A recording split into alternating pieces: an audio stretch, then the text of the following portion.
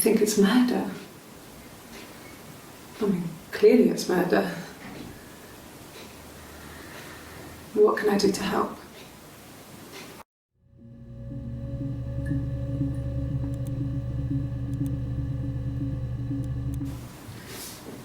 Yeah, that's me. But February, I mean, that was months ago. What's that got to do with Simon's murder?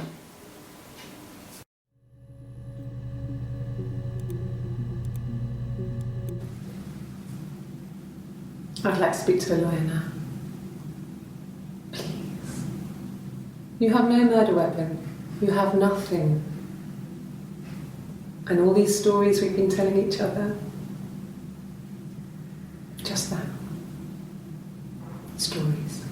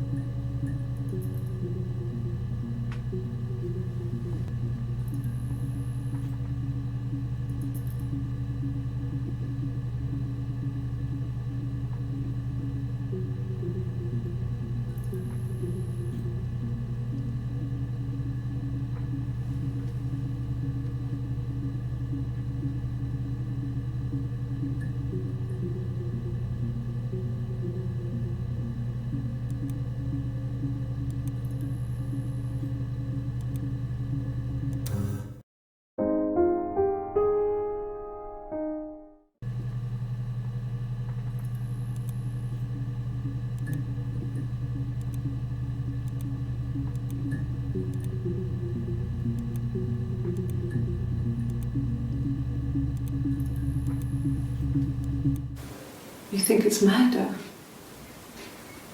I mean, clearly it's murder. What can I do to help?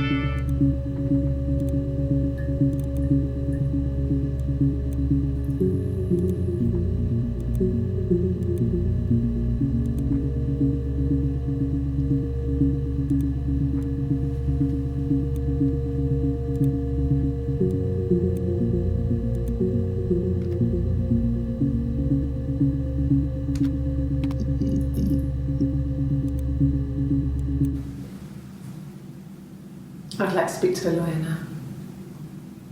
Please. You have no murder weapon. You have nothing. And all these stories we've been telling each other. Just that. Stories.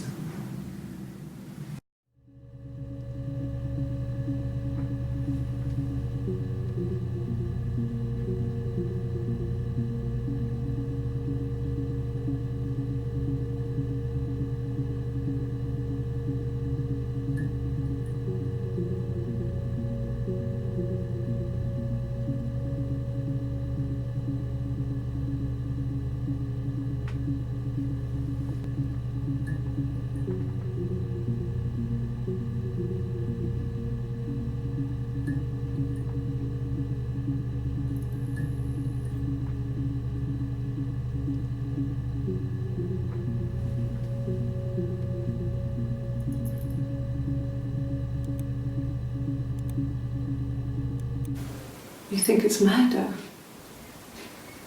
I mean, clearly it's murder. What can I do to help?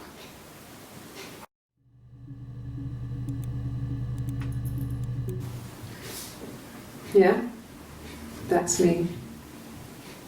But February, I mean, that was months ago. What's that got to do with Simon's murder?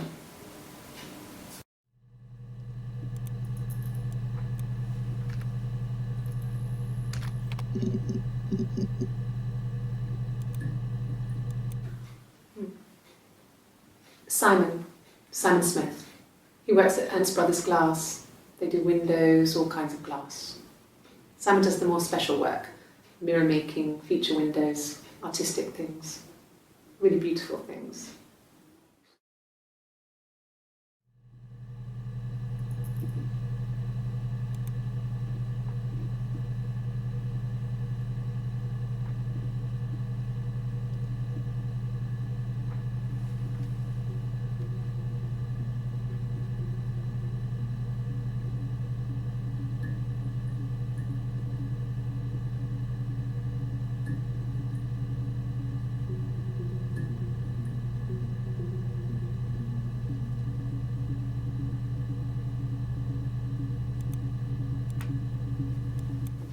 It's the Rockington Arms, the Rock.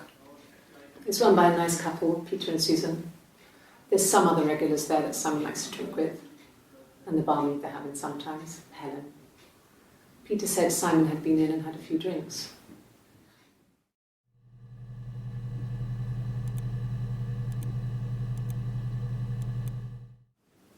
Yes, there's an Amstrad one. No one uses it for very much. There's a printer so you can write letters on it.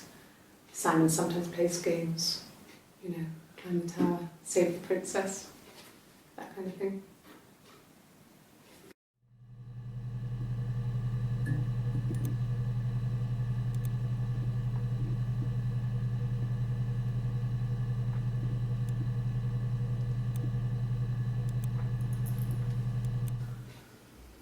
Simon isn't the type to run off or do anything crazy. Someone must have done something to him, or there must have been some kind of accident. So what do we do next?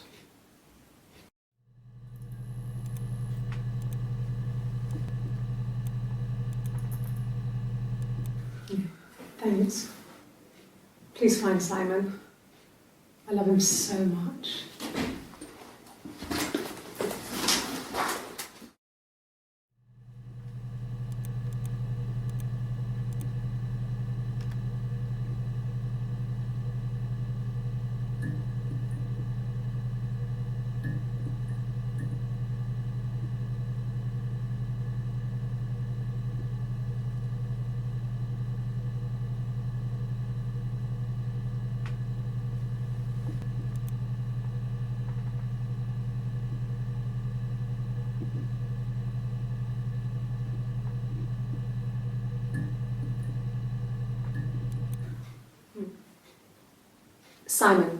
Simon Smith.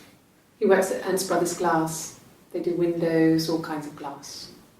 Simon does the more special work, mirror making, feature windows, artistic things, really beautiful things.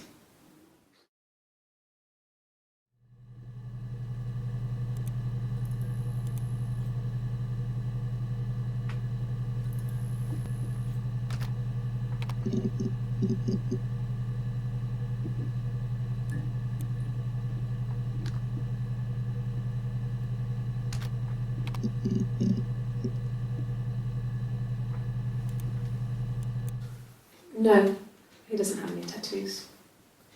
He has a scar down here near his stomach, past his hip. Cut himself with some glass.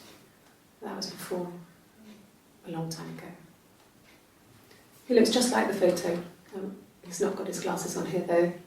He takes them off for the camera. But he needs them to see properly, you know. He has to read a newspaper or a menu in a restaurant. Not book so much, or watching TV. He likes TV.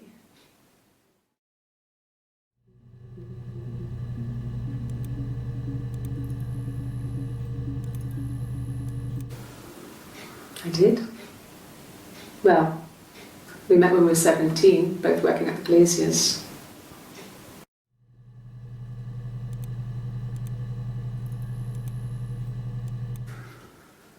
We couldn't afford our own place. Simon dropped out of school, went full-time at the Glaziers. That was Eric's generosity. We moved in with his mum and dad. They had a spare room for us and the baby, if it came. It was a nice change, time to myself, living there for those months, full of hope.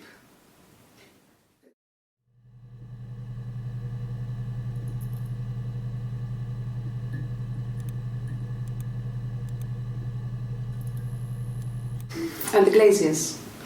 I worked there some weekends and Simon had a part-time job there too. That was Eric's generosity. He was always good at helping out other people's children. Simon was quiet, more thoughtful than the other boys. Even then, he had a sense of craftsmanship. Wasn't always rushing stuff. Boys that age are just running around like headless chickens most of the time. You know? Plus, he had that look. He looked like a fairy tale prince from one of my books.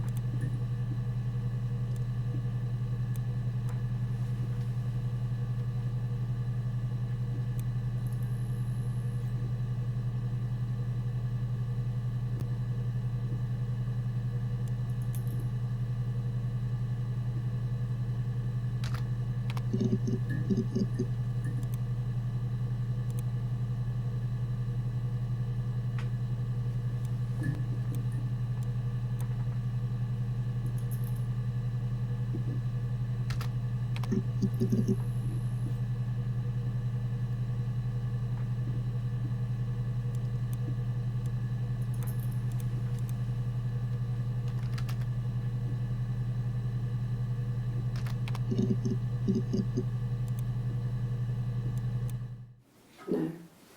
I think he spoke to Helen. She said he was upset about her argument, but I'm not sure what else he said. He likes Helen. He likes blondes.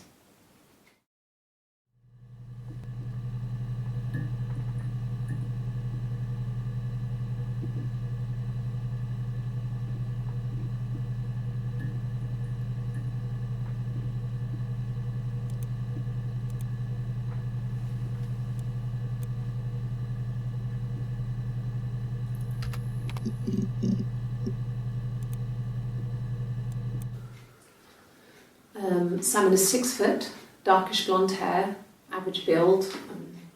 He's clean shaven. If his beard grows, it goes ginger, so he shaves it. I mean, not that there's anything wrong with ginger hair. I bought a photo. They said a spring photo. This was taken last year on holiday in Rome. It's the best one I have.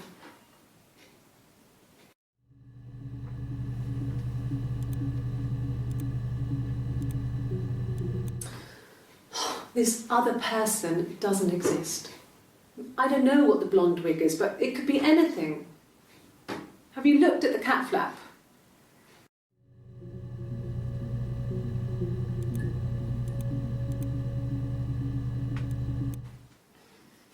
You want me to play something? I'm not the world's greatest guitar player. Okay. Probably needs tuning. No, it's okay. How about a traditional ballad? Should be right up your street.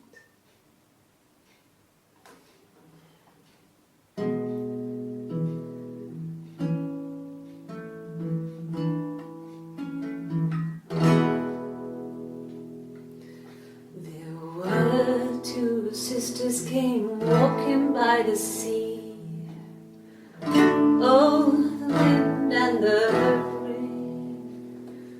The eldest one pushed the other one in. Oh, the dreadful wind and rain.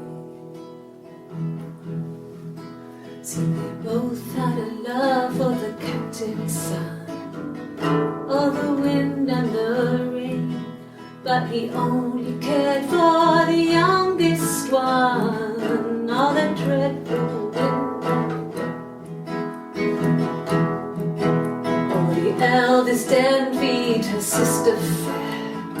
Oh, the wind and the rain, with a pretty little face and her long blonde hair. Oh, the dreadful wind and rain. So she pushed her in and held her down. Oh, the wind and the rain watched her as she slowly drowned. Oh, the dreadful wind and rain. Oh, she floated up and she floated down. Oh, the wind and the rain floated till a ship came by. Oh, the dreadful wind and rain. Out comes the captain's son. Oh, the wind and the rain. Father dear, here swims and swan. Oh, the dreadful wind and rain. And then it gets really weird, so I think that's a good place to stop.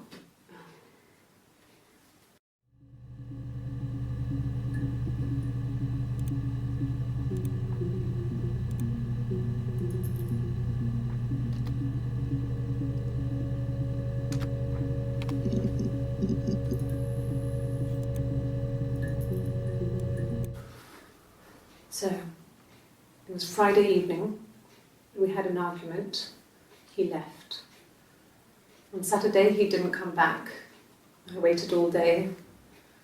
He was supposed to go help Eric out with something on the Saturday afternoon, they had a job, but he didn't show.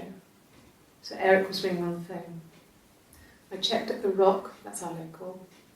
They said they'd seen him on the Friday night, but not since. He still wasn't back this morning, it just isn't like him at all. Still not back by dinner time. It's getting dark again, so I decided to come and see you. His parents haven't heard anything either.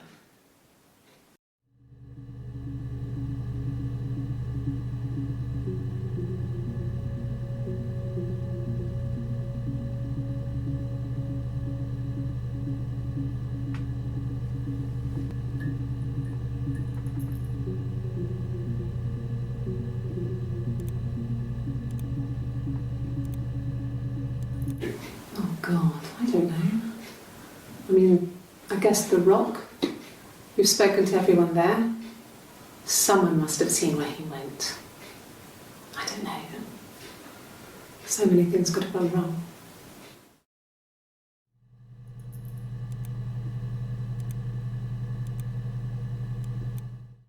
Yeah, I had to let myself in. The door locks if it swings too.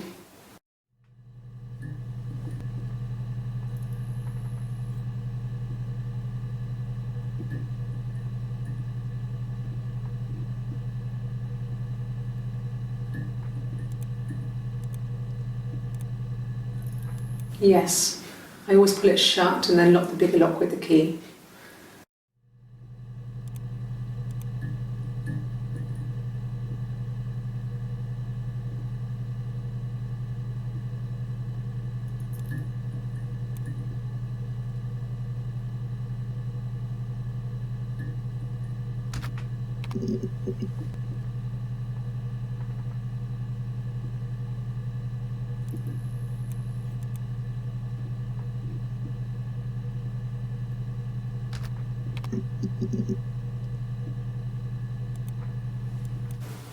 Oh, my tattoo.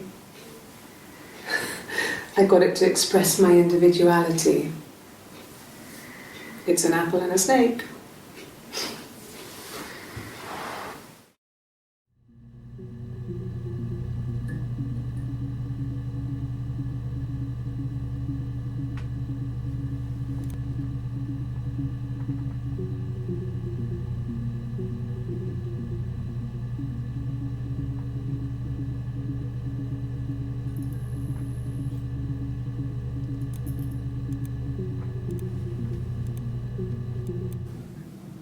So I moved out. Got a small bed set. Got my tattoo to mark the occasion. I was singing in a bar in the evenings, so I had some money, enough money to cover my rent. And I've been doing something similar ever since. I haven't put down any roots. I don't exist.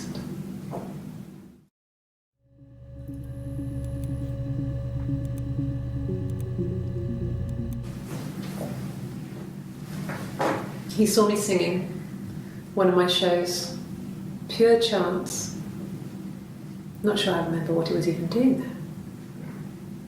Afterwards, I had a drink at the bar and he came over and we got talking.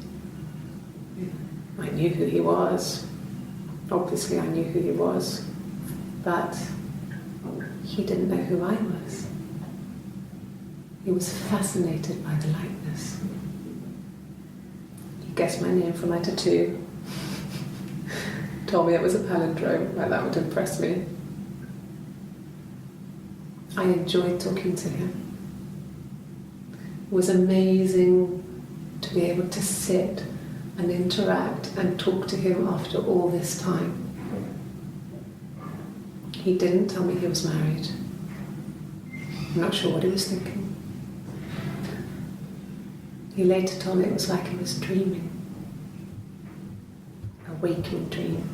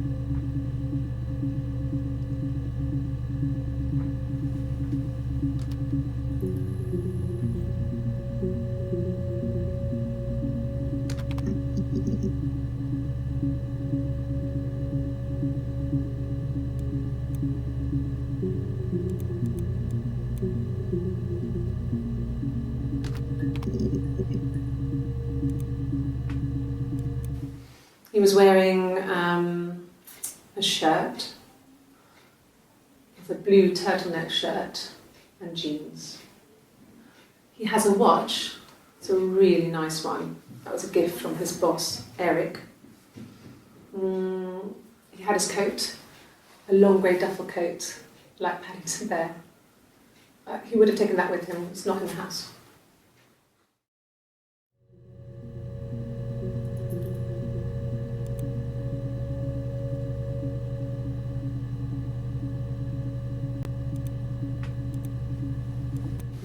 Yes, there's a car that we share, a Cavalier, and a van he uses for work.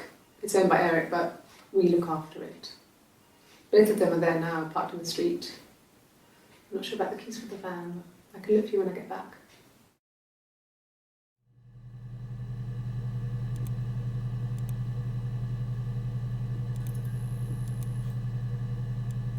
Yes, that would be in his wallet.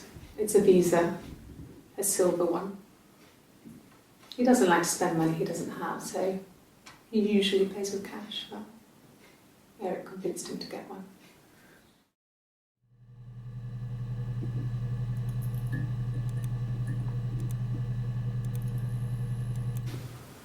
Well, Eric was like an uncle to him. They were pretty close. They spent a lot of time with each other, especially when they have to go to conferences. Have you met his wife, Diane?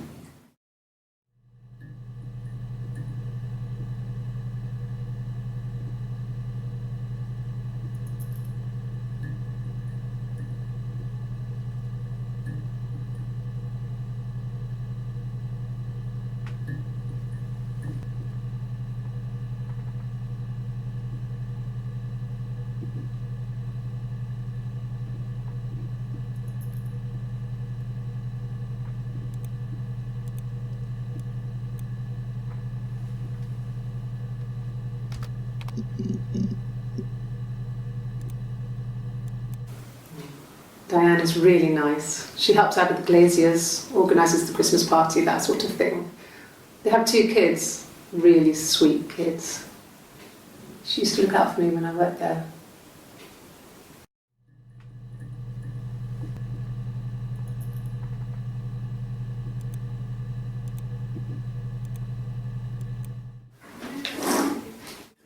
Yeah, that's Simon's watch.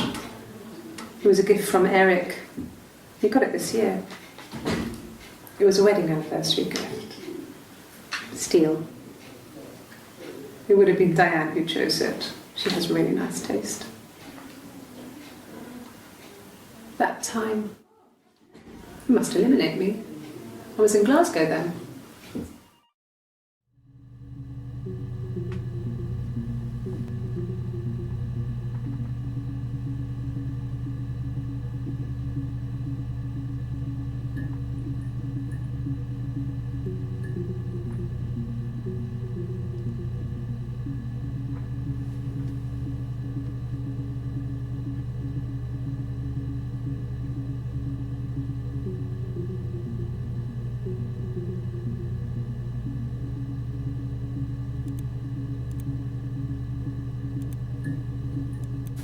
Not really. He would go to the pub. He had his drinking buddies there, but no one ever really came back to the house. Sometimes Eric, his boss, and his wife would come over for dinner. That would be us returning the favour. Diane is a really good cook, into her trendy ingredients. And the last time Simon cooked something off MasterChef, he got the recipe off Ceefax. And I did my Lloyd Grossman bit, commenting from the sidelines. I had to find fennel from the supermarket. Have you ever eaten fennel?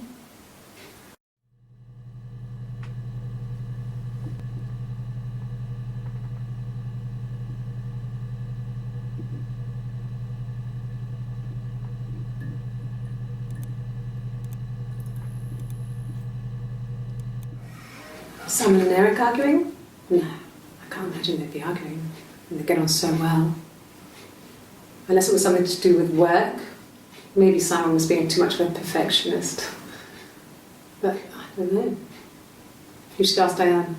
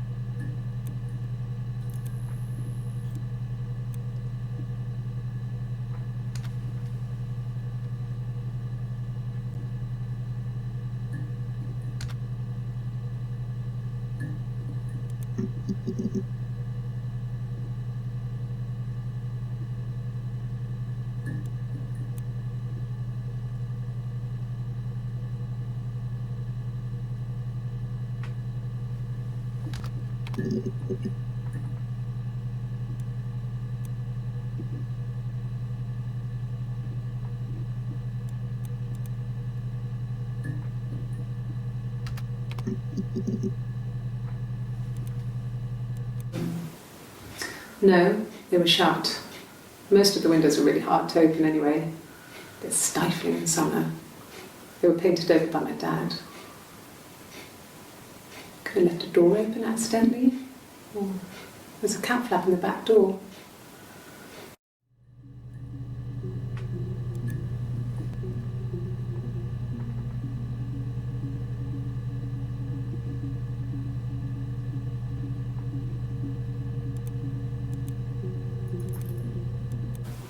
No cat.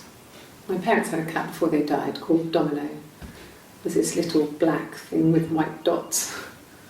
And we never did anything about the cat flap, but if you were thin, you could maybe squeeze through it.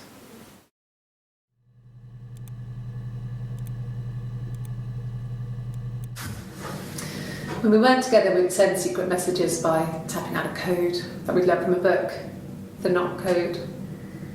Something prisoners of war would use. We'd tap them out on radiator pipes or the attic floor.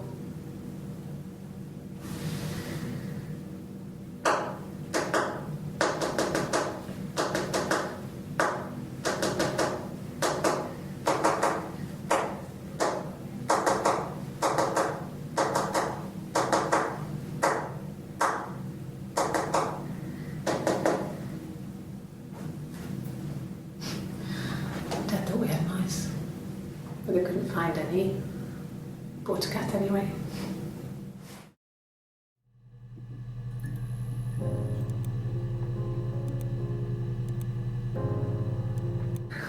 We loved our cat, Domino. He had this little bell around his neck to stop him from killing birds in the garden. And we used to write each other notes and put them in the bell, and we could send them to each other.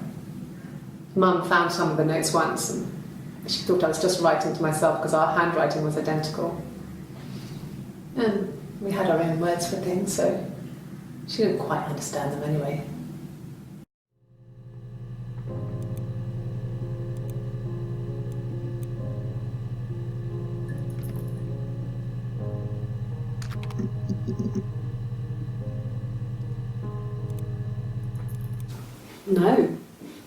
No, Simon didn't play guitar. He wasn't very musical. He liked to listen, but he was tone deaf.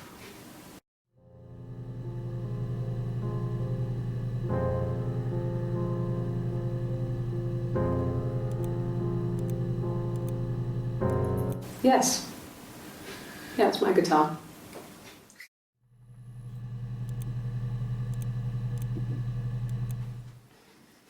You want me to play something? I'm not the world's greatest guitar player. Okay. Probably needs tuning. No, it's okay.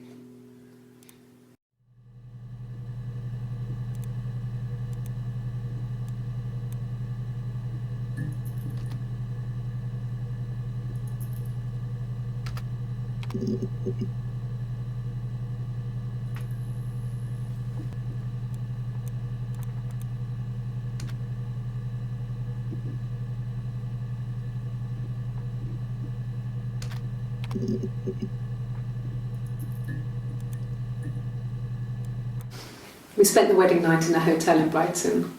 It would have been too much to do more. We were saving for the baby. It was wonderful to be in a hotel, away from home, just alone together.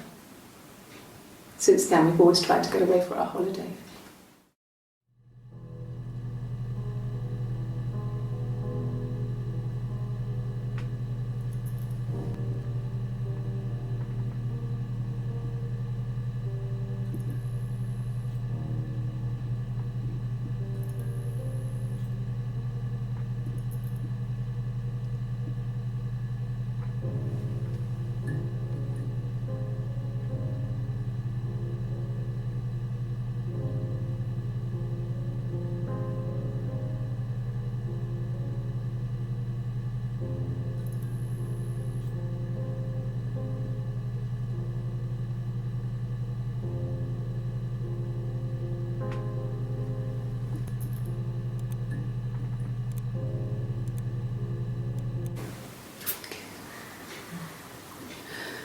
It was after dinner.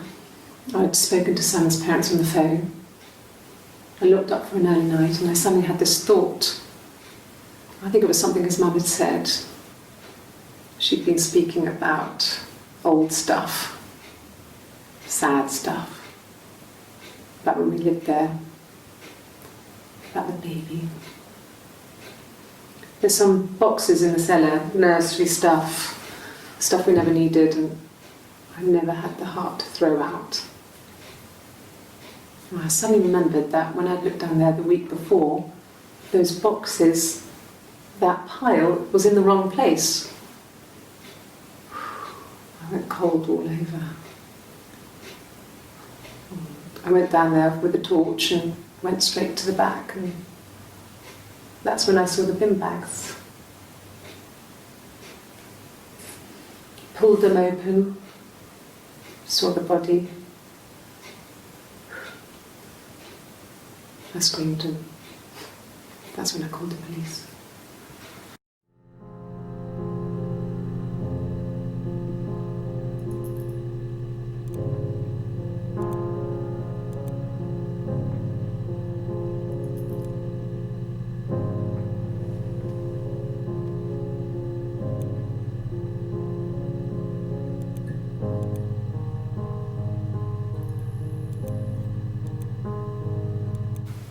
From when I woke up. Okay. I woke up. Simon was already up and he made me birthday breakfast of eggs Benedict. We both had to go to work, so we saved presents till later. I got to work, had some birthday cake, children sang me happy birthday. Then I came home. The birthday meal was a takeaway. And Simon gave me his present, which I didn't mind. And after that, we talked about the baby. It turned into a big argument. Simon left. I was furious. I wanted to get as far away as I could and get some space to think. So I left.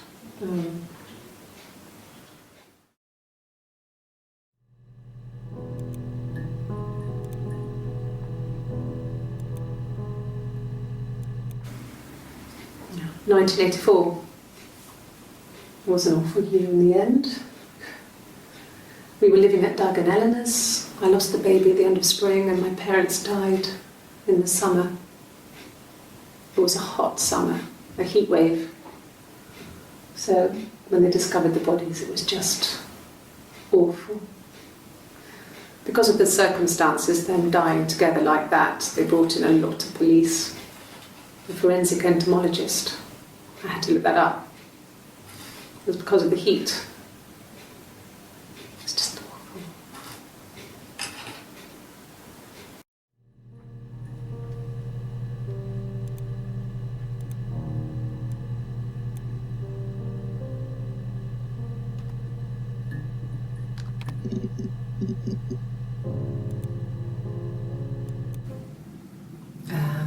When she went home, Simon had a birthday tea waiting. Afterwards, she told Simon about me, told him I was pregnant. She wanted me to move in with them, this sister he didn't know she had. She knew that instant. The look on his face.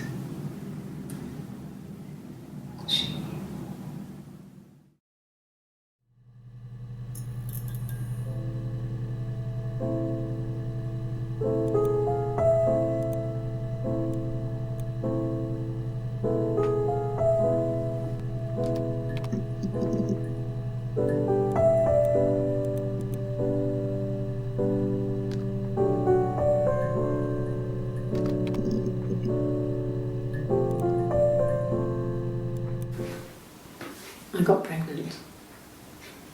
Both our parents had a big powwow. We weren't even in the room. And they decided we should get married.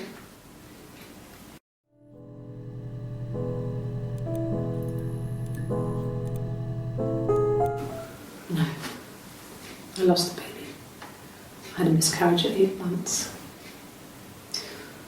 We carried on living at Simon's parents until, well, it was only a few months after.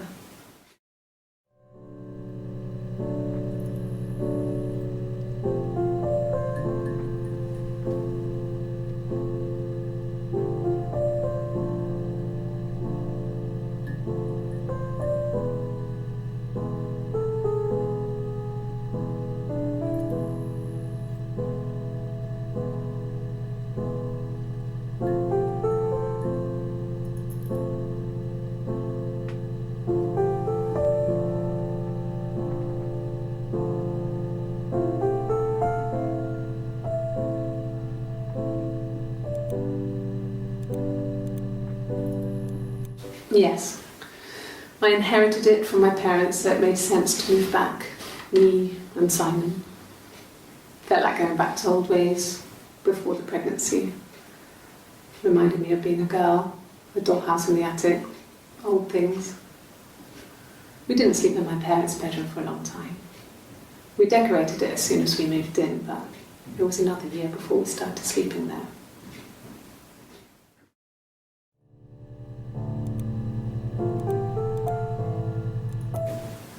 Yes, I'm fine. I won't be sick again.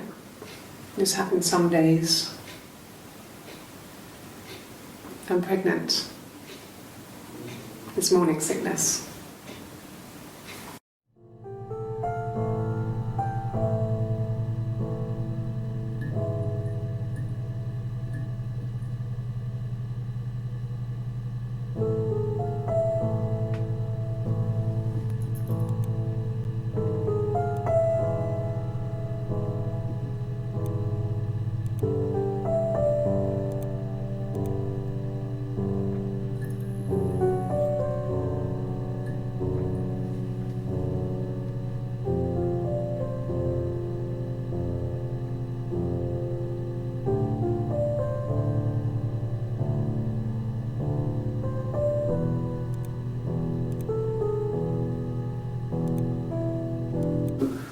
No. Well, yes. He found out on my birthday. I told him I was pregnant.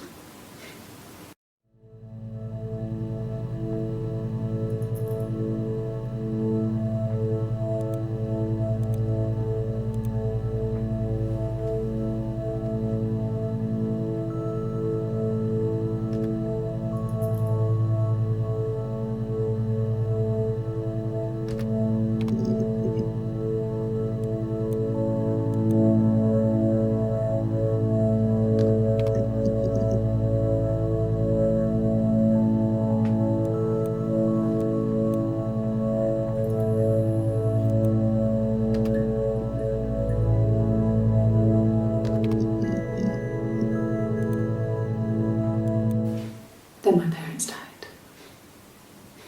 It was the worst year of my life. A miscarriage and then my parents.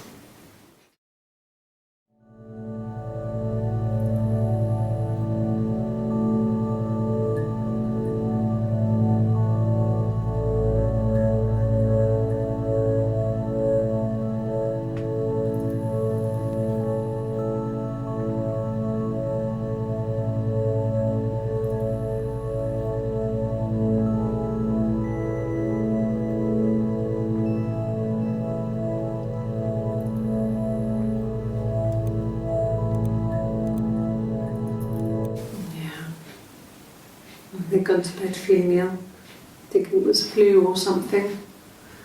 The neighbour called me, I had to use my key to let them in. We found them dead in their bed.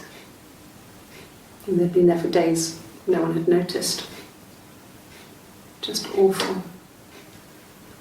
It was so soon after my miscarriage, the worst year of my life. I'd been so happy to get married, and after that it was just like, fuck.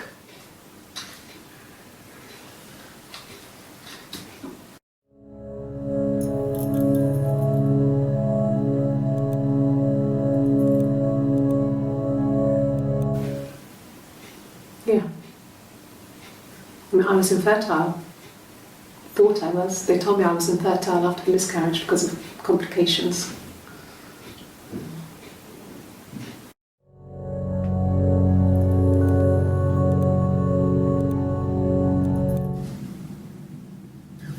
Hannah had a miscarriage.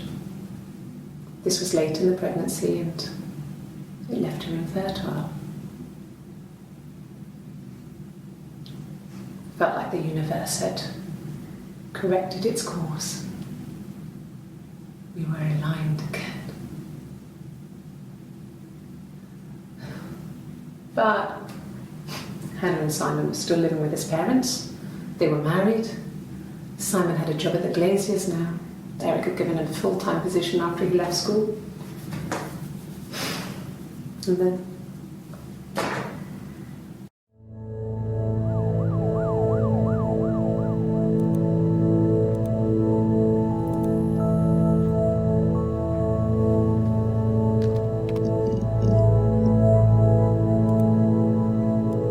my name is Hannah.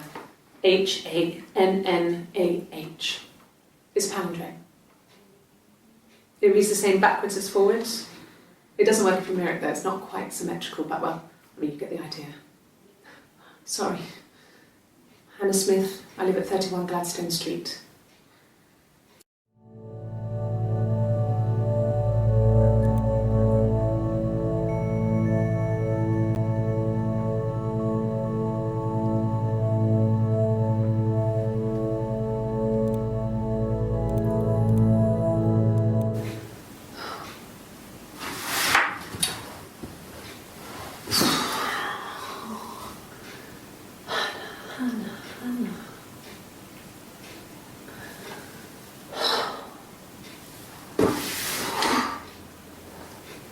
What are you doing talking about Eve?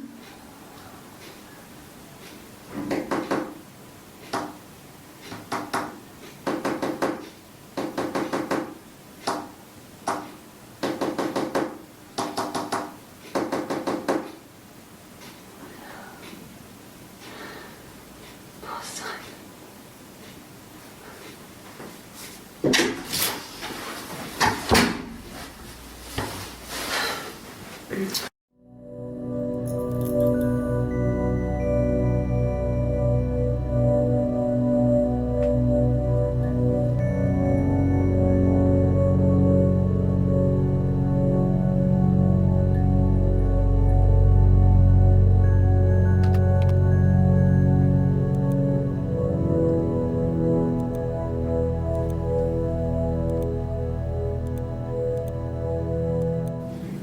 Yes, my name is Hannah Smith. Oh, shit. Sorry.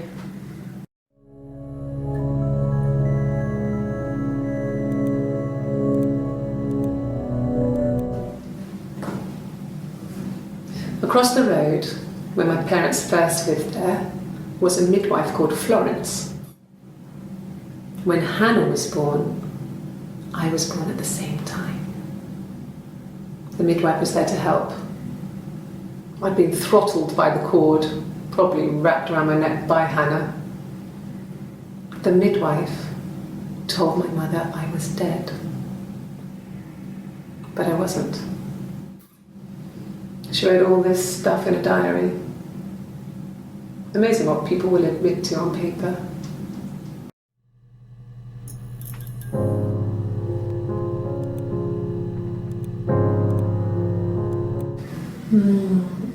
She recognized me from the window. She told me to come inside, and she hid me. They had made the attic into a place where Hannah could play. There was a dollhouse.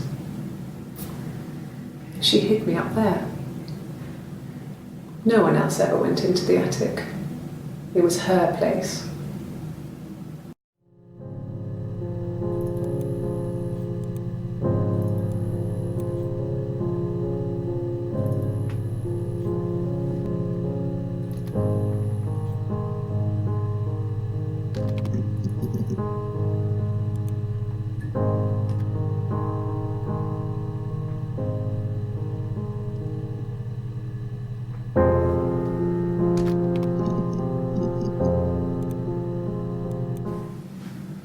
Florence took me home with her. Mother hadn't been expecting twins and had a healthy baby. I guess she was just happy for Florence to clean up, take away the evidence that this was anything but a happy occasion. occasion.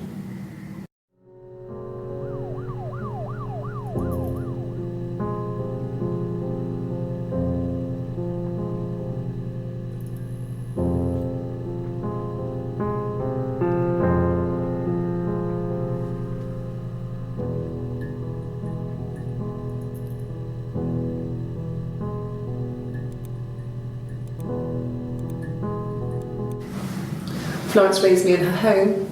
I never left it. She kept me out of sight. It wasn't odd for people to see a midwife with a baby, carrying in supplies, washing nappies, that sort of thing. I never knew any different. I grew up looking out of my window and seeing her across the road. I thought it was like a reflection in the mirror. She was me.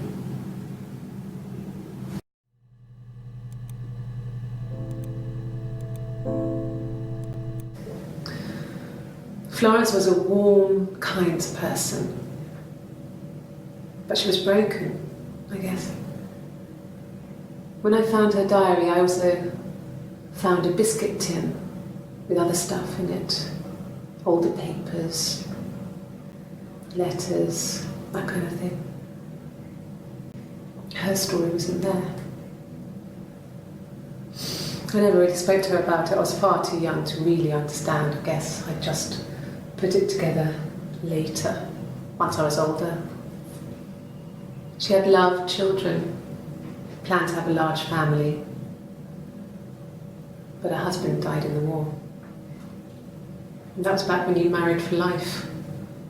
She never felt like she could marry again. Isn't that strange? She was a widow from her 20s. But, I mean, I guess it was different then. You know, you married for life and she felt she could never marry again. I guess it was harder, a war widow. One of the dead. I don't know, maybe there was more to it than that. I don't really know.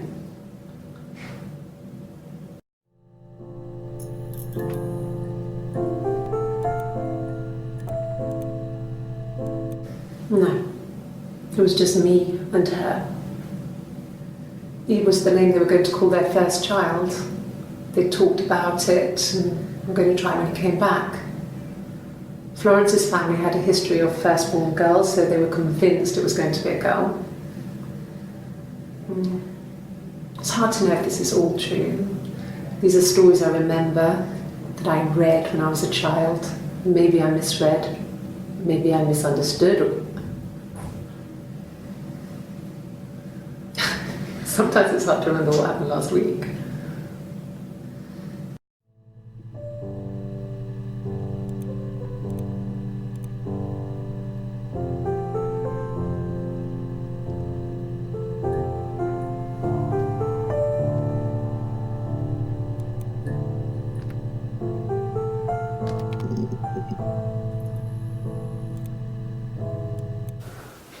Well, my friend Eve.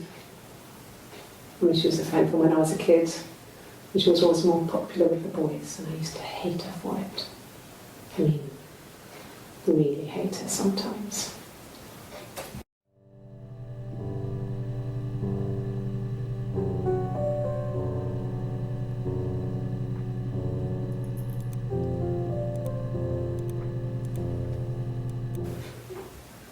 Yes. We'd fight. We fought on the beach once and I held Eve's head underwater. There was no one else around. It was at the far end of the beach. And I held her head under and I kept it under. And for a moment, I just wanted to kill her and watch her drown. But that was it. It was just a moment. We made up afterwards. It was a love-hate relationship.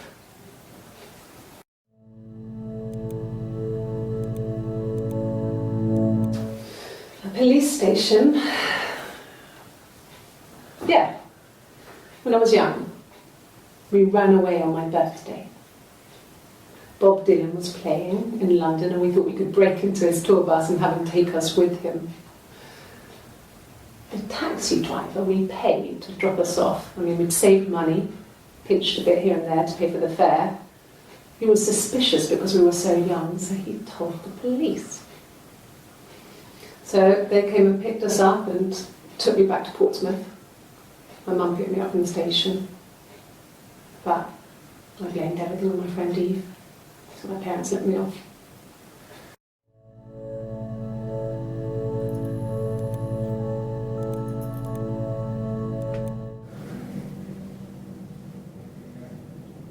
My mother called me Eve.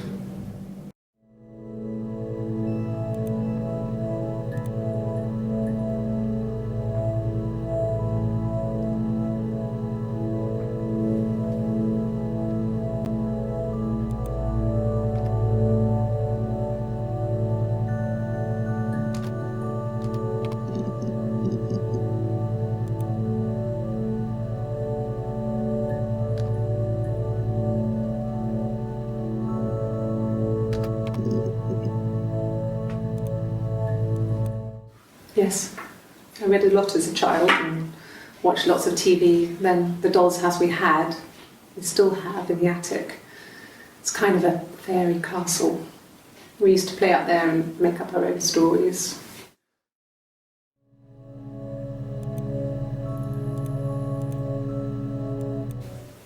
Could the hairs have come from somewhere else? I mean, could they... We have a lot of dolls in the attic. There's a Rapunzel doll with long blonde hair. Could they have come from there?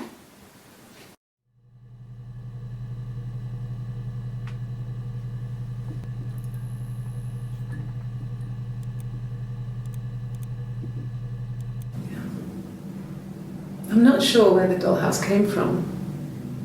I don't know if it was given to them or they inherited it. I mean, they wouldn't have had the money to buy it. It was so huge. It must have been taken up to the attic in parts and then reassembled up there. It's a beautiful thing. Wallpaper to scale, little furniture, the lights work, mirrors, beds, big duvets and pillows. We spent hours and hours playing in it, invented all these characters and families who lived there. We wrote paperwork from them all. Passports, diaries, and gave them all really elaborate stories. Once, a moth got trapped in there. We'd left a light on. It was making the most horrendous noise. We tried to kill it, but it was tough. We ended up crushing it under a copy of the Arabian Nights.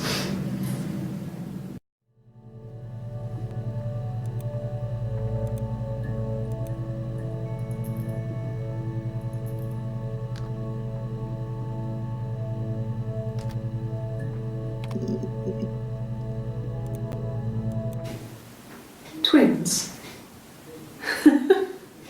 Really? Are you really asking me that question?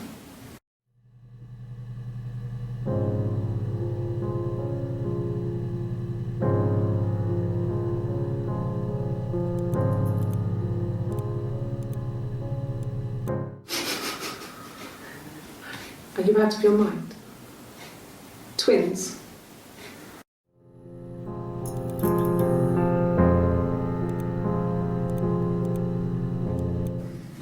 There were always princes and princesses. They were the special people, more important than the other characters in their stories. We knew we were like that. Twins. Magical. We were the princesses. We had a poster of Princess Diana from the newspaper up in our attic. Had a pride of place. And underneath we used to put all our special things. When her engagement was announced, we were obsessed with everything she did. And later, when her life went so bad, we felt for her.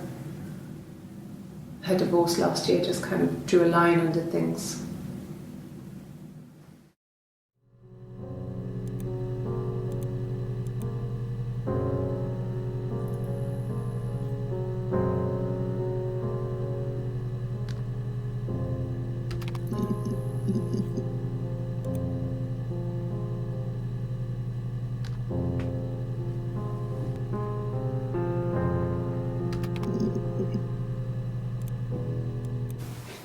bruise. I have a really fast metabolism, so stuff like that just comes and goes. I don't know if there's much more that I can tell you that I haven't already told the other policeman. I found the body.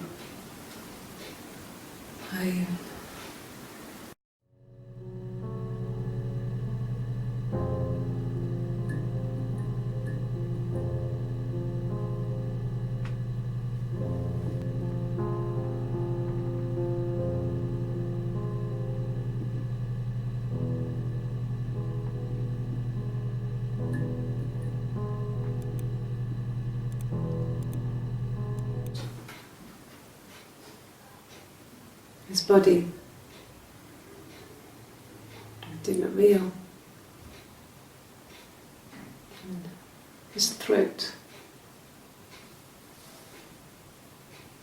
It looked like his throat had been cut.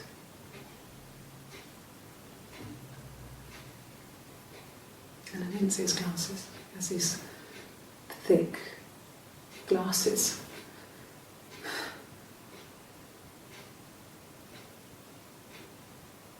Doesn't always wear.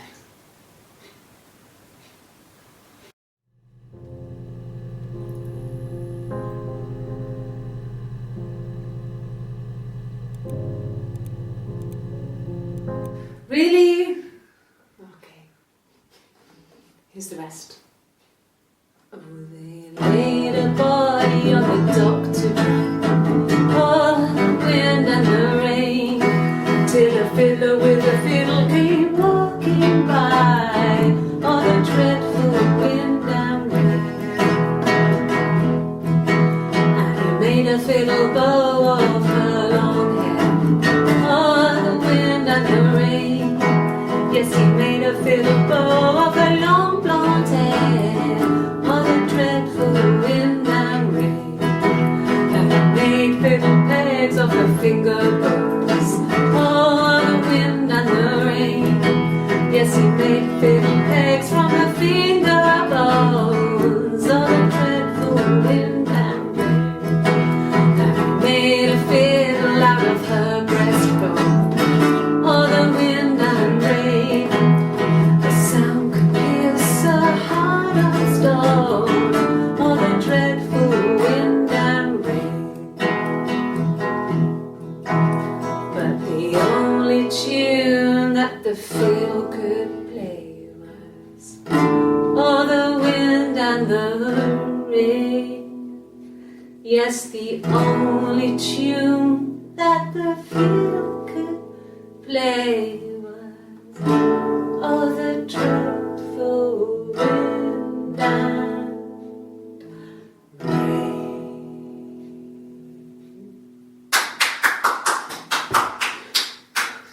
Anything you sing may be used as evidence against you.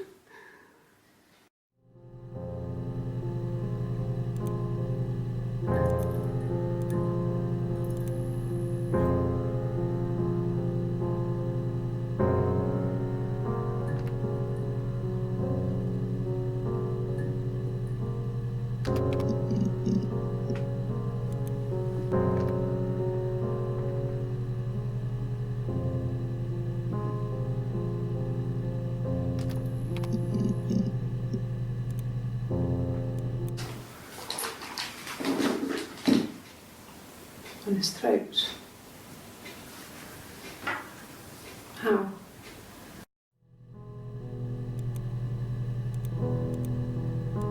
Like I said before, it was 3, something like that. I walked in, saw Simon. He was on the floor of the living room. His throat had been cut. There was a lot of blood.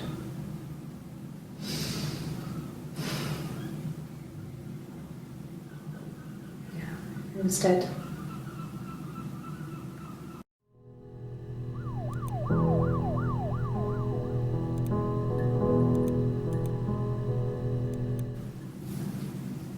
Her story is that she'd waited for him to come back. She put on my wig, some of my clothes, pretended to be me. They talked. She'd enjoyed being me. He said he wanted to be with me. Then he took out a present, another mirror, just like the one he'd given her earlier. That unique present. She went crazy, smashed the mirror. They argued, screamed. He hit her. So she grabbed a piece of the mirror and just swung it round.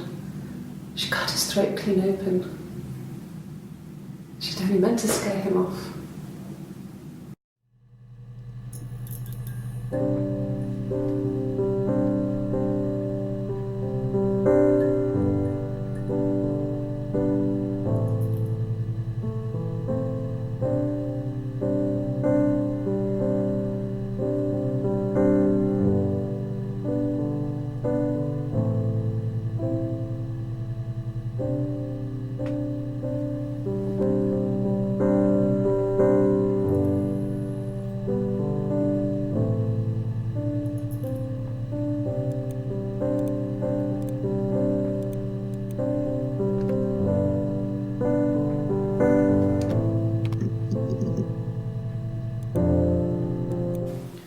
It wasn't the present so much, it was one of those arguments that had been simmering for a while.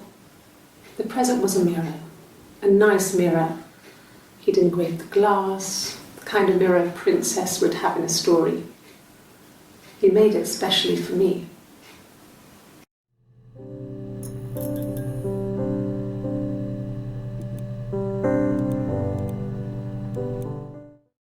The mirror. I can't remember. I put it somewhere safe. Upstairs, I think. I haven't looked at it since.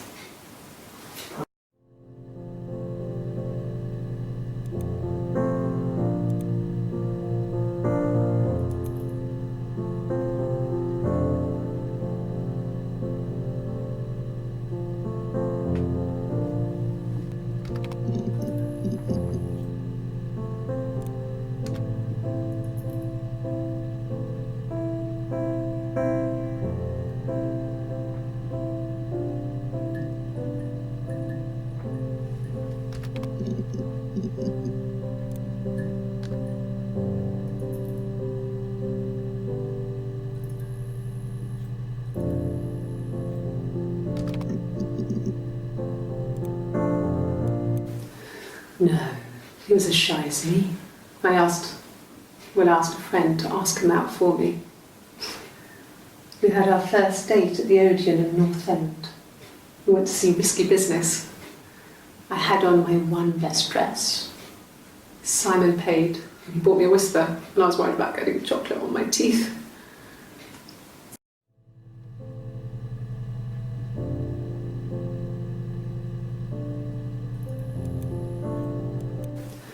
No, he was as shy as me. I asked a friend to ask him out for me. We had our first date at the Odeon in North End. We went to see Risky Business. I had on my one best dress.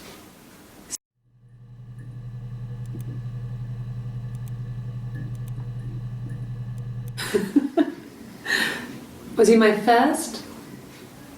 No need to be so coy. No, he wasn't my first. That would have been Carl. He was a local boy in a band. He was a bit of a shit, but he was sexy. We were 15.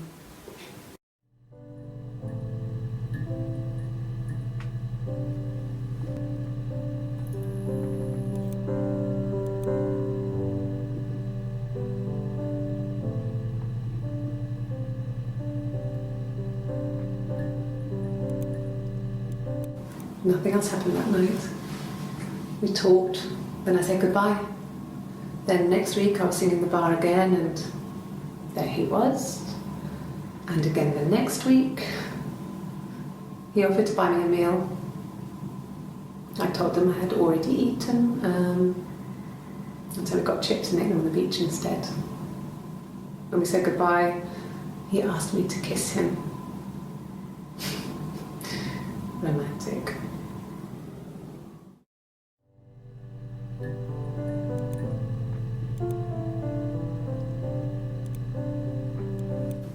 No. I told her it was one of my boyfriends, someone I had met in the bar. I think she was happy. But I could tell she was thinking, why couldn't it happen to her and Simon? They were the ones with the real life.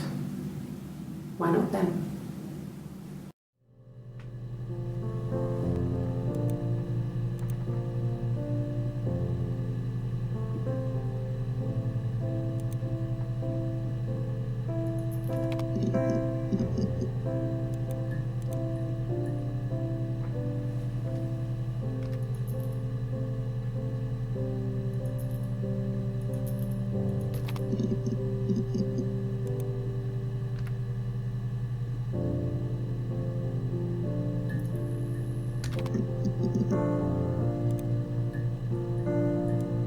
Yes, that's my birthday.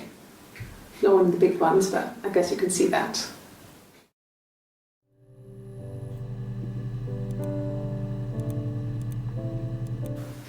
It was my birthday, like you said.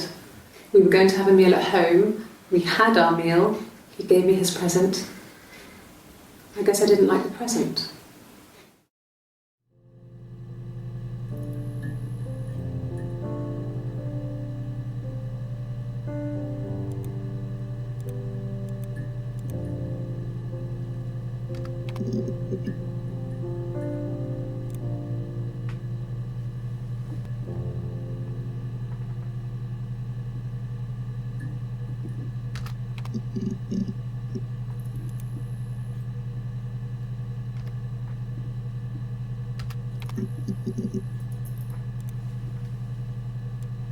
Bruise? Oh yeah, no, it's nothing. I was going through the top cupboard in my kitchen and the chair slipped and I kind of hit the door with my face. I mean, it hurt like hell.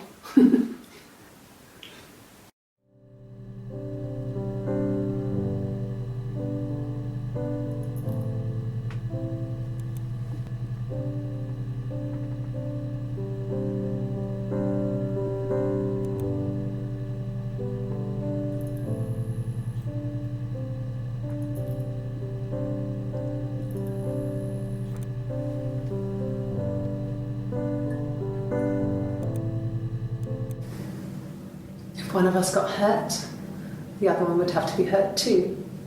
A grazed knee, a bruise. When I lost my tooth first, we had to pull out Hannah's to match. Once, I slept with a boy who was seeing another girl. The girlfriend came up to Hannah the next day and punched her in the face, gave her a huge black eye. That night, she had to do the same to me. But she almost went too far. I couldn't see out of that eye for days. But she snapped a frozen piece up for me from the kitchen. So much of our bodies was synchronised anyway. We started our period on the same day, when our childhood diseases, stomach bugs, nits.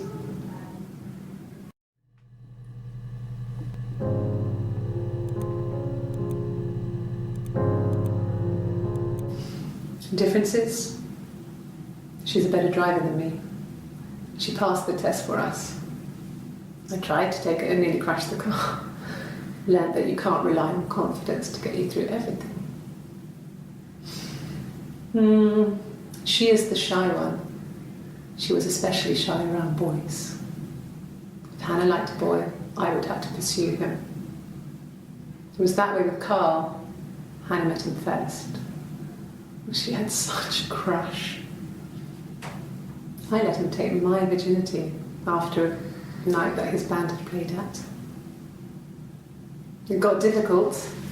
When I was with Carl, we would have sex, but Hannah couldn't let him see she was a virgin. She had lots of excuses. After a while, we decided that I should take Hannah's virginity. It's not that different to a bruise, pulling a tooth, a graze. We used a hairbrush. After that we took it in turns, though. I was always the one who seduced the boys. Until Simon.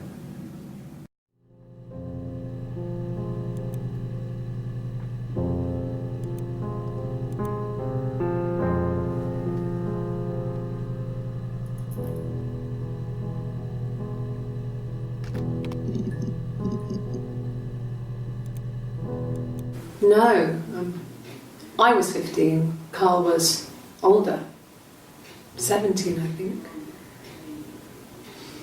I was really into him, regardless of how he actually behaved. Lots of drunken teenage sex. We did it in a church once. It's stupid. So he got tired of us and we split up after about 6 months. It was sad, but those early experiences, they help you realise who's really important to you, you know? Family.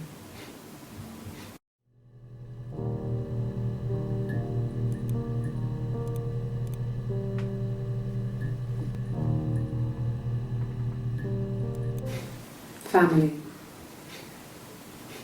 So, Carl fucked off, and then there were other boys here and there, and then Simon.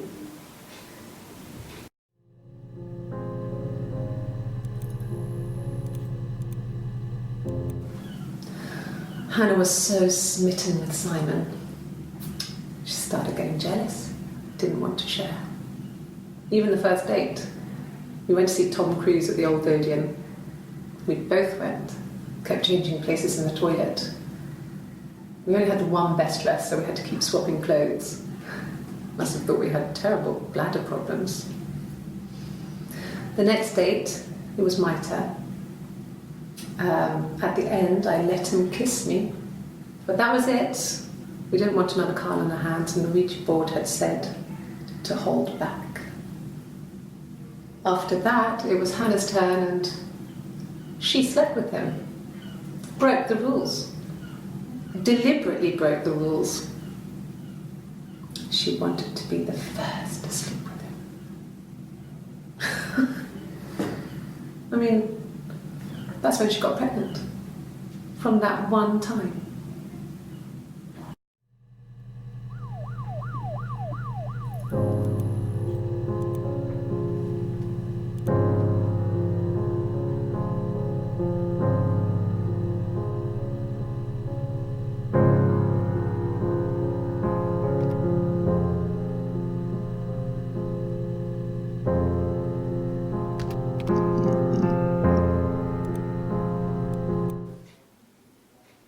Long time. We got married when I was 17.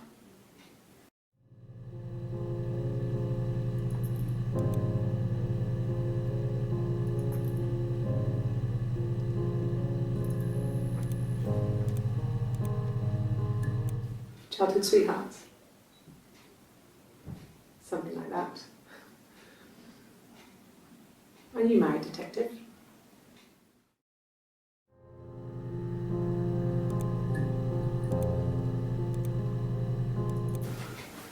I guess you could call it that, but we were both happy to get married. It was a beautiful wedding. We had our first dance to Come Back and Stay. I'm not sure if that's a good wedding song, but I loved it. I chose it. I mean, it was genuinely our first dance. We'd never danced together before. It was probably awful to watch, but I enjoyed it. It felt like it was just me and Simon for that moment. Just the two of us.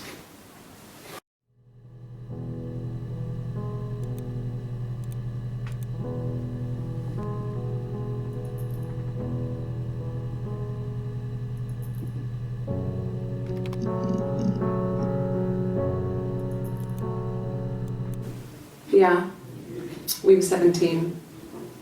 It was a nice wedding, people said. Simon looked very handsome in the photos. His parents paid for everything, but he's an only child, so it was important to them. It was what they called a shotgun wedding, but if you looked at the photos, you couldn't tell.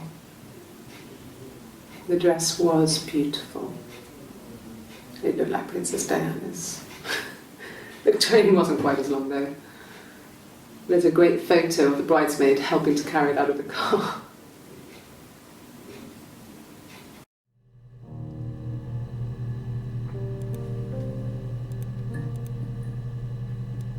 No. The parents decided there would be a wedding. And after the wedding, Hannah moved in with his parents. There was no way I could follow, so we were separated again. I stayed in the attic. It was hard. It's like I suddenly didn't exist. I would sneak out, but in case anyone recognised me, I started wearing a wig. Hannah and I would meet up in the park. I was trying to get pregnant, but I couldn't. I couldn't do it with anyone we knew, so it was sex with strangers, drunk guys I'd met in clubs, parks and alleyways. I was 17. It felt like I was being punished. But it was Hannah who had betrayed us. I had to stop when one of the guys gave me an STD.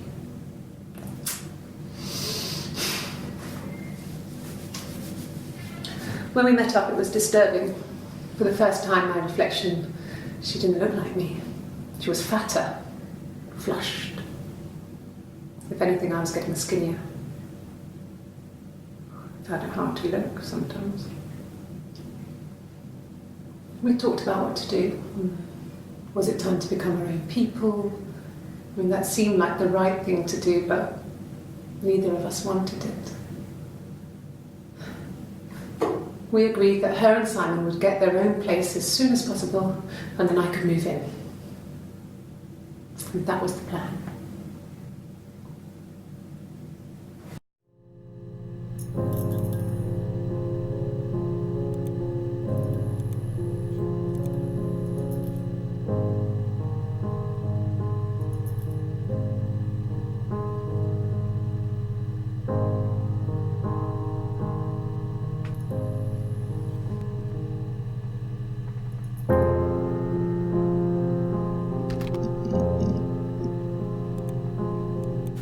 A wig? You mean, what type of wig?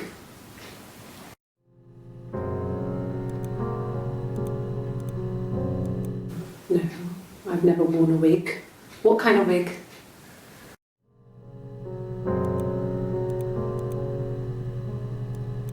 This was about 9. I went round and she was waiting for me. She was furious and so angry. The kind of anger you can only have towards yourself. We screamed at each other, argued, cried, we fought. I hit her back, left a bruise. I had my wig on from performing, she tore it off. Eventually, we grew tired of fighting and I left.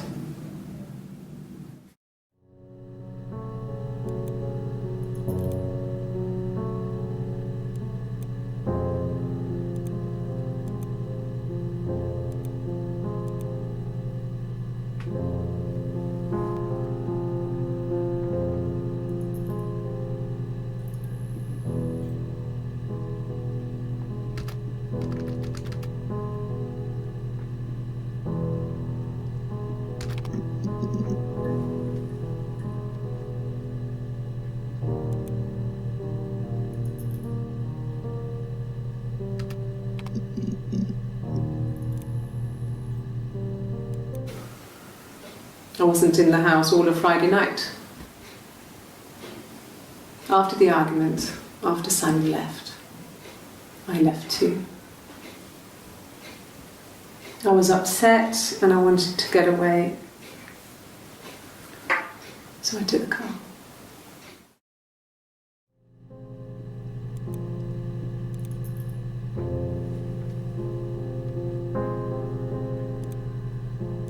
I got in the car and I drove.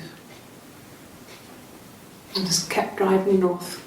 Just kept going, just wanted to get as far away as I could. When I finally stopped, I was all the way up in Glasgow. I was so tired. I just had to sleep.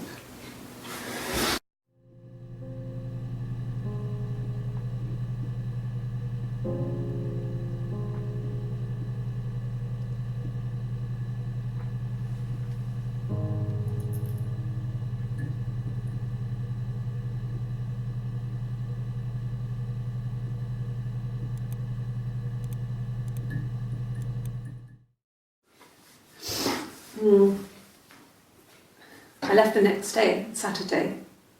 I slept for a few hours in the car. And when I woke up, I came straight back. Simon wasn't returning my calls and I wanted to try and make up. I got back to the house and Simon wasn't there. And I... Is there a bin?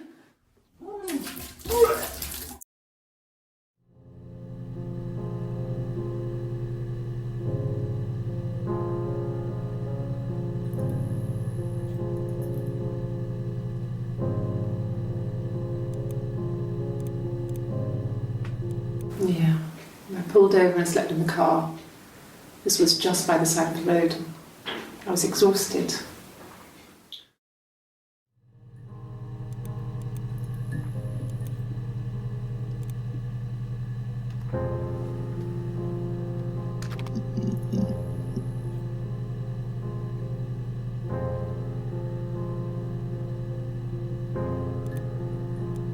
Yes.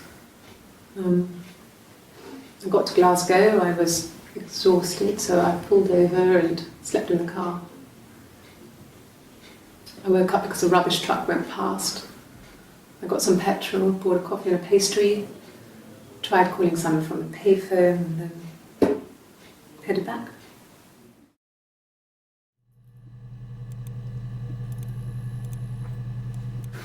No, I don't think so. Glasgow was deserted that early in the morning.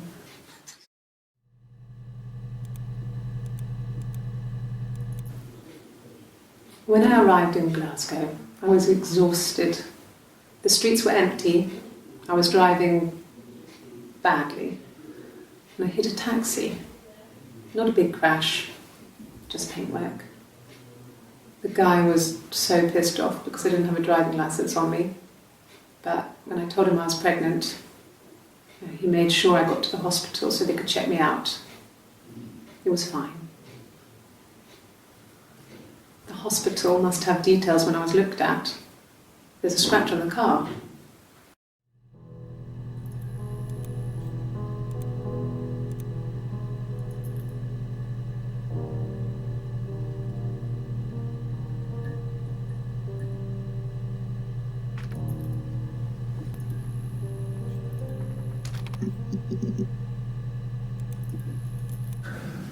It's like I told you before, I drove.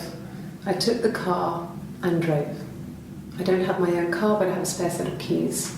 I just drove north. I wanted to think, put some space between me and them. Everything I told you before is true. I stopped at Glasgow. I was tired, exhausted. I pulled out and I hit a car. My car was okay, but I was worried about the baby, so I went to A&E to get the okay. Everything was fine. Slept in the car. When I woke, I tried to call Hannah from a payphone. She wasn't answering. And then I decided to drive back.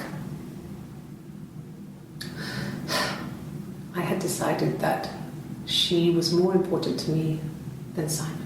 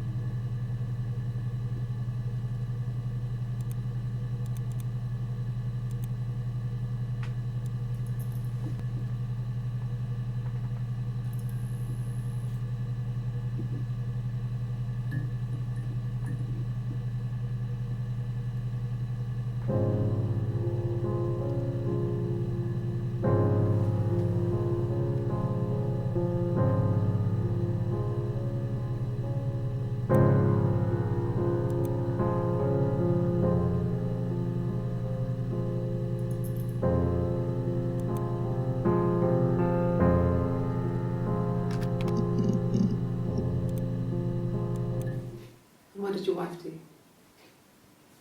She didn't kill you.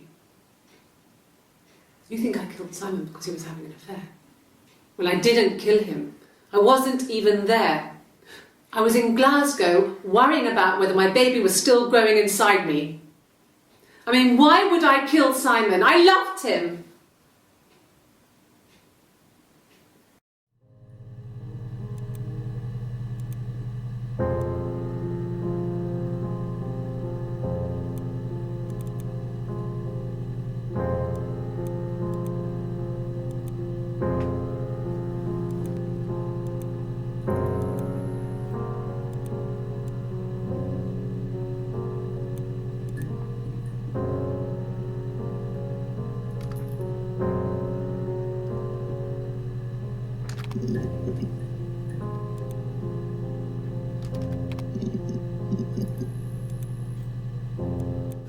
No, I have never been unfaithful. I've never cheated on Simon.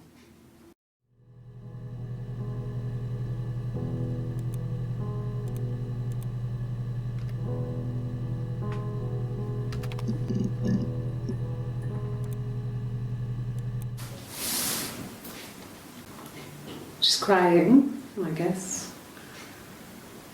She's sad because she thought she saw her husband with another woman. But it's okay, because she finds out it wasn't her husband, it was his brother. And so it's fine.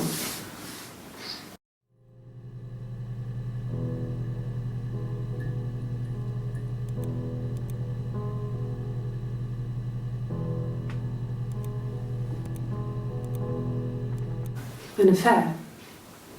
Simon wasn't having an affair.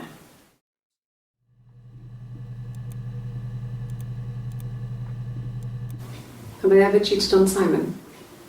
You asked that question yesterday.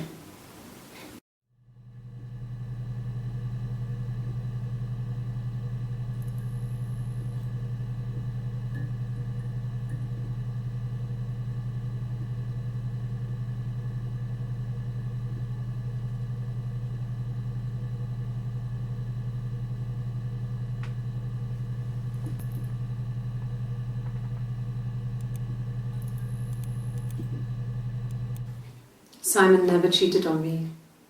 He was devoted to me, and I was devoted to him. Nothing in life is easy.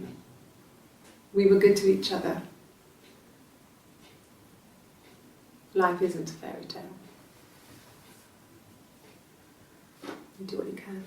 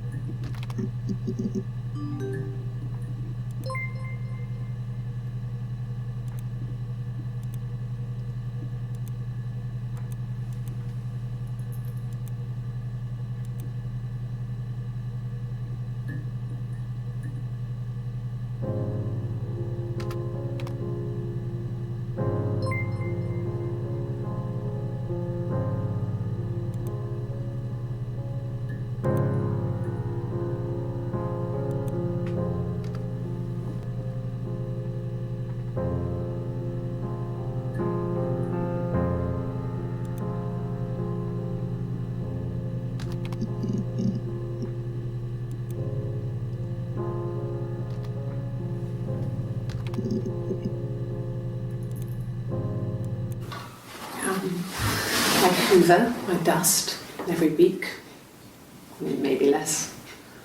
I once asked Eleanor how often I should dust, and she said, if people asked, tell them you do it once a week, but every few weeks is okay. I think she was just trying to make me feel better. I mean, when I was there, she was hoovering every day, ran an ordered house. You know how that generation is, putting on a brave front. She has secret stashes of cigarettes. Doug doesn't even know she smokes. When I was there, I saw her. She has these sort of porcelain vases, ornamental, next to the Reader's Digest books. Cigarettes inside. And she still has them. I mean, last time I was there, I looked in a vase. There was a fresh pack. I mean, all those years of marriage, and she still has a secret like that.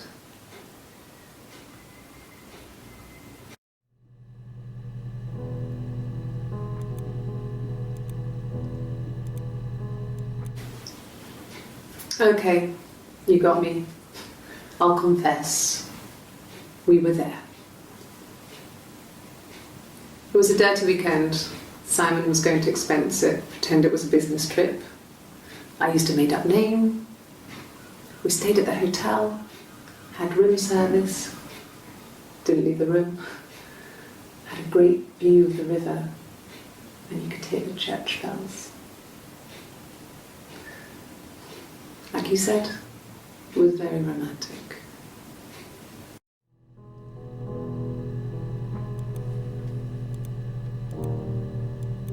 It was supposed to be a secret. Just because Simon is dead doesn't mean I have to give up all his secrets. It doesn't have anything to do with what happened to Simon. No one murdered my husband because he cheated his expenses for a romantic weekend in Oxford.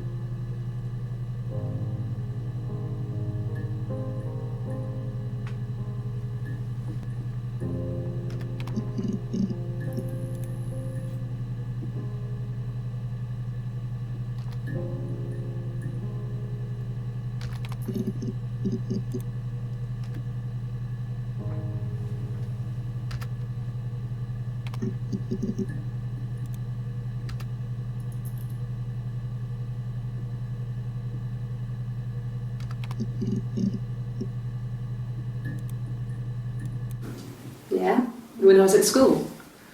I worked part-time in the front shop. It was sort of an extended family thing. My dad used to work there, my mum worked there before I was born. I took care of paperwork, filing, typing out invoices, that kind of thing. It was a good job for a girl back then. I didn't work a till or anything though. I was quite shy, so I wouldn't have liked to have worked a till.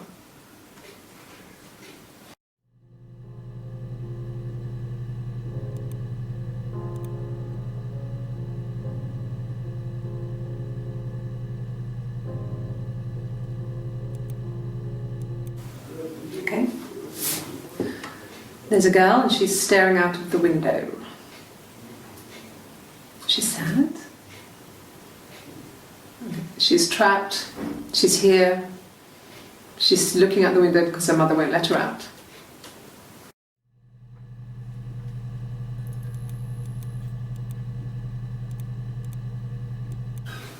I would have been a good mother. I was young, but I would have been a good mother. She was a girl, by the way, the baby. We were going to call her Sarah. Simon wanted to call her Ava after his nana, but I didn't want her to have a symmetrical name.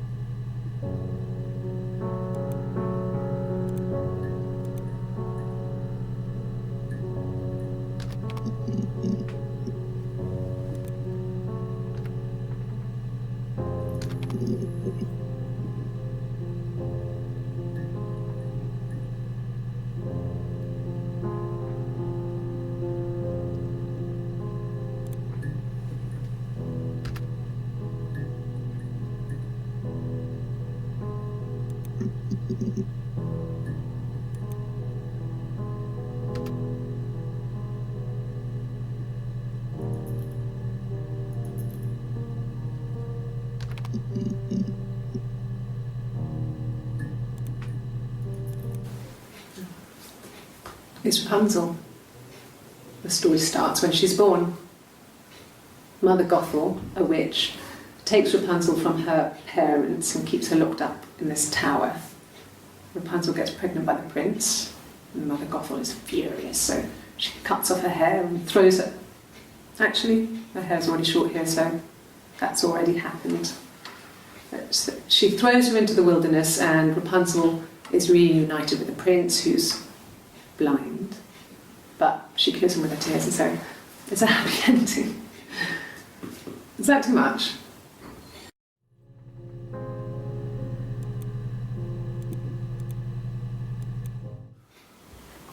Sorry. The picture, the way it's drawn, just reminded me of the books we used to read as children. I read those fairy tales over and over, and they were so real to me. Rapunzel was my favourite. My brain is just full of it. Are any of these in colour?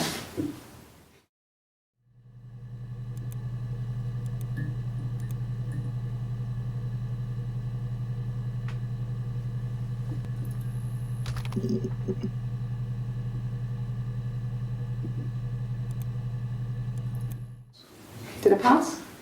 Sorry, I messed it up with all that Rapunzel stuff. Do you need me to do that card again?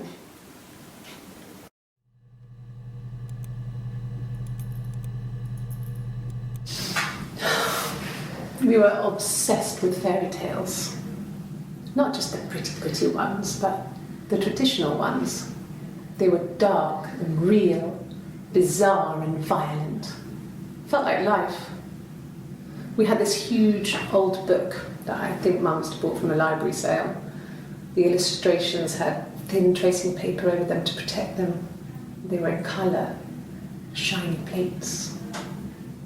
At the front of the book was an index of illustrations. We read that more than the actual stories. We'd read aloud the captions and flip between the pictures. There was something intimate about peeling back the tracing paper, undressing the pictures. Rapunzel's hair is cut. The eagle plucks out his heart. The princess pricks her finger.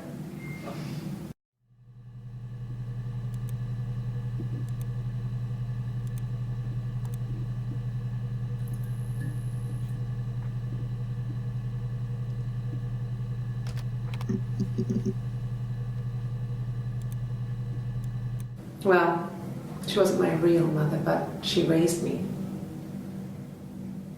Do you want to hear the story? It's a real-life fairy tale.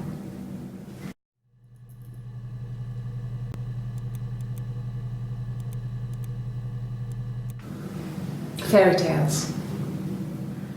Stories about lost princesses, evil witches, magical mirrors and lost children. So you see, even before I knew the truth, I'd found it in those stories.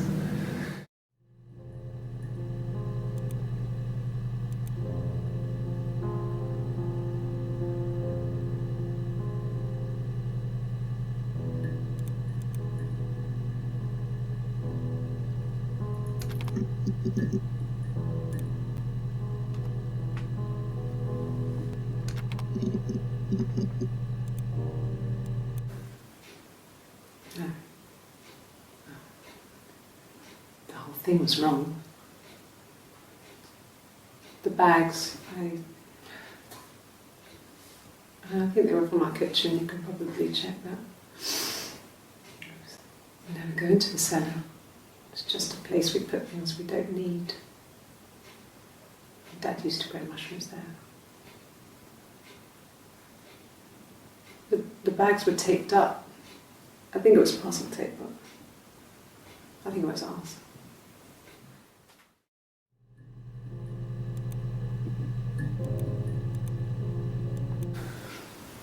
Well, fine, considering. I got back into the house today, and that was weird, knowing your people had been there through my things. It's like I've been burgled. I mean, worse, obviously. I don't know. I haven't lived in the cellar yet. They sent a cleaner in as good as new, he said. But they had to throw some stuff out. Couldn't get the blood out. And I'm still waiting to hear from the coroner so we can get a date set for the funeral. It's going to be a cremation. So,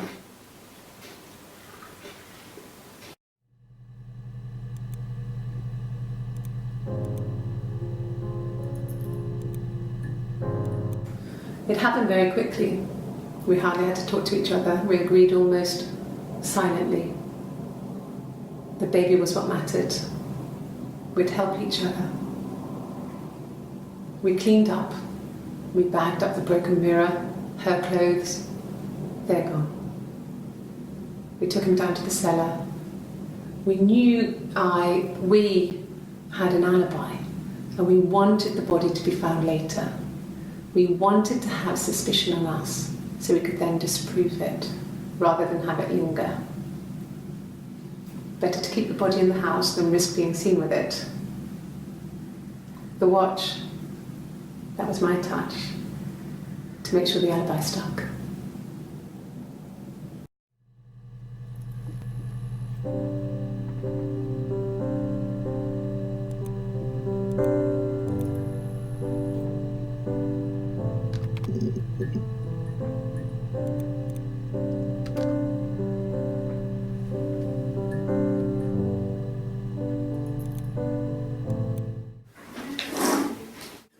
Yeah, that's Simon's watch. It was a gift from Eric.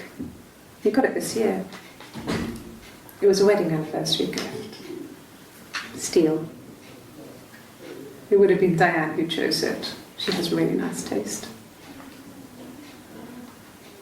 That time, you must eliminate me. I was in Glasgow then.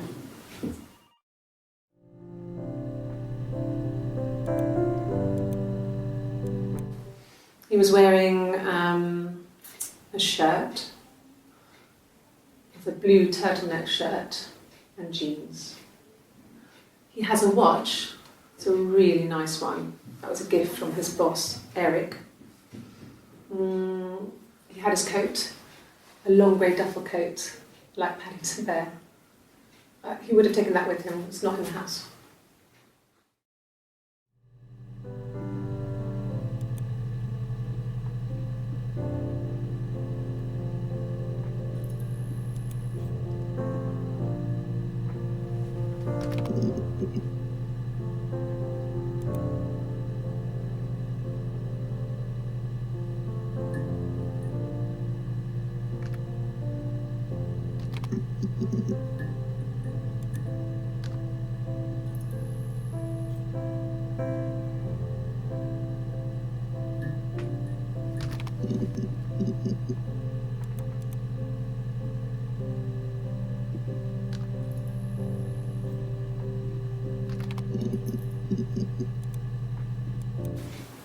I haven't been into work. I guess I've just been waiting to hear from you, hear from my husband.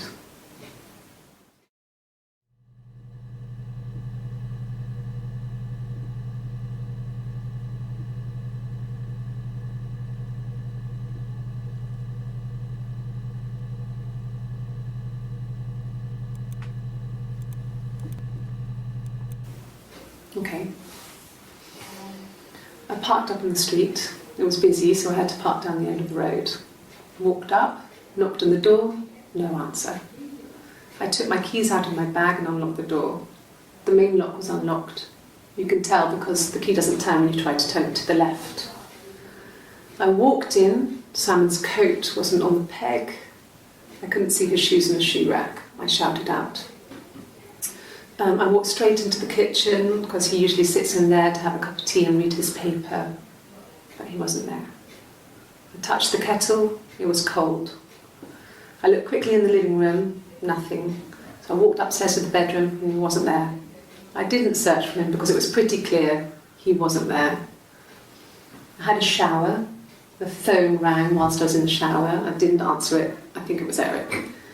Then I was just exhausted. So I lay down on the bed and I fell asleep. though I didn't mean to.